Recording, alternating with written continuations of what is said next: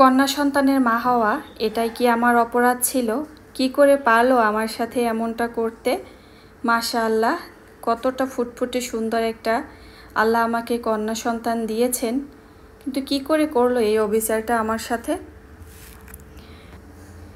পুরুষরা কেন এটা বুঝতে চায় না? যার ঘরে কন্যা সন্তান আছে, আল্লাহর রহমত তো তার ঘরেতেই আছে। দেখুন, আমি যেই খাটটাতে ঘুমিয়েছিলাম এই খাটটা খুলে ফেলা হচ্ছে, কারণ এখন থেকে আমি আর এভাবে খাটে ঘুমাতে পারবো না, মেয়েকে নিয়ে এভাবে নিচে ঘুমাতে হবে। তো কি আর করার, যার সাথে সংসার করছি এখন মেয়ে হয়েছে, মানিয়ে নিতেই হবে। শুধু আমার একার জীবনে নয়, আমাদের সমাজে কিন্তু দেখা যায় বেশিরভাগ জায়গাতেই এমন হয়, যখন মেয়ে হয় তখন কিন্তু সেই যে মেয়ের বাবা বা ফ্যামিলির অনেকেই কিন্তু অখুশি থাকে। এটা কিন্তু একদমই উচিত নয়। একবার মূসা আলাইসাল্লাম আল্লাহ তাআলাকে জিজ্ঞেস করেছিলেন, ইয়া রাব্বুল আলামিন, তুমি তোমার কোন বান্দার উপর রহমতের দৃষ্টিতে তাকাও? তো আল্লাহ তাআলা স্বয়ং নিজেই বলেছিলেন, ওই বান্দা যদি বিবাহিত হয় আর তার ঘরে আমি যদি কন্যা সন্তান দান করি, তাহলে বুঝে নিবে যে আমি তাদের উপর রহমতের দৃষ্টিতে তাকিয়েছি। আল্লাহ বলেন যে আমি যাদেরকে পুত্র দান করি তাদেরকে বলি যে তুই তোর বাপের শক্তি বৃদ্ধি কর, আর যাকে আমি কন্যা সন্তান দান করি আল্লাহ স্বয়ং আমি নিজেই তার শক্তি হয়ে যাই। সুবহানাল্লাহ। তো আসলে প্রত্যেকটা কন্যা সন্তানই কিন্তু এক একটা সংসারের জন্য আল্লাহর দেওয়া শ্রেষ্ঠ উপহার, আল্লাহর রহমত। আর এই তো দেখতে পাচ্ছেন যে খাট ছড়িয়ে খাটের নিচে কাঠ ছিল সেগুলো নিচে বিছিয়ে এভাবে নিচে কিন্তু জাজিম দিয়ে তারপরে উপরে তোশক দেওয়া হচ্ছে। তো নিচে তো কাঠ আছে, তার উপরে জাজিম, তার উপরে তোশক।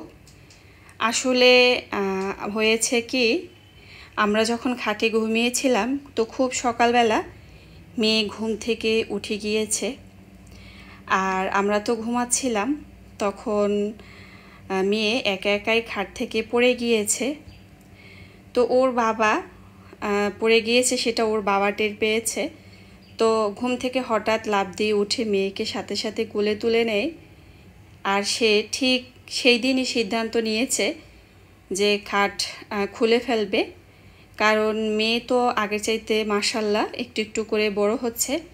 এখন আর খাটে কোনো কিছুতেই রাখা যাচ্ছে না আমার মামুনিটাকে। তো দেখা যায় ওকে রেখে যদি কোথাও যাই ও নামার চেষ্টা করে তাহলে কিন্তু ওর আসলে পড়ে যাওয়ার সম্ভাবনা থাকে। বেশ কয়েকবার পড়েও গিয়েছে, কিন্তু সেটা কিন্তু ওর বাবার সামনে হয়নি। তো ভোরবেলাতে যখন মেয়েটা এভাবে পড়ে যায় ওর বাবার কাছে খুবই খারাপ লাগছিল। তো সে সাথে সাথে সিদ্ধান্ত নিয়েছে যে না, আমি আর এভাবে খাটটা রাখবো না, একেবারে মেঝেতে বিছিয়ে দিব, তাহলে ও একা একা আর এভাবে আর পড়ার ভয় থাকবে না। তো প্রত্যেকটা বাবাই কিন্তু তার কন্যা সন্তানকে খুব বেশি ভালোবাসে। আমার বাবার, আমরা দুইটা বোন আর একটা ভাই, সেক্ষেত্রে কিন্তু আমরা যে দুইটা বোন আর ভাইকে যে বেশি ভালোবাসে তা কিন্তু নয়, বোন আমরা যে তার মেয়ে দুইটা আমাদেরকেই বেশি ভালোবাসে। আর এটা আমার মাও স্বীকার করে যে আমরা দুই বোন নাকি আমার বাবাকে বেশি ভালোবাসি। আসলে জানি না কেন, মনের ভিতর থেকেই একটা টান আছে। আর এই তো ঠিক প্রত্যেকটা বাবা আর মেয়ের যে একটা মধুর সম্পর্ক, এটা সত্যি, মানে এটা বলে বোঝানো যাবে না।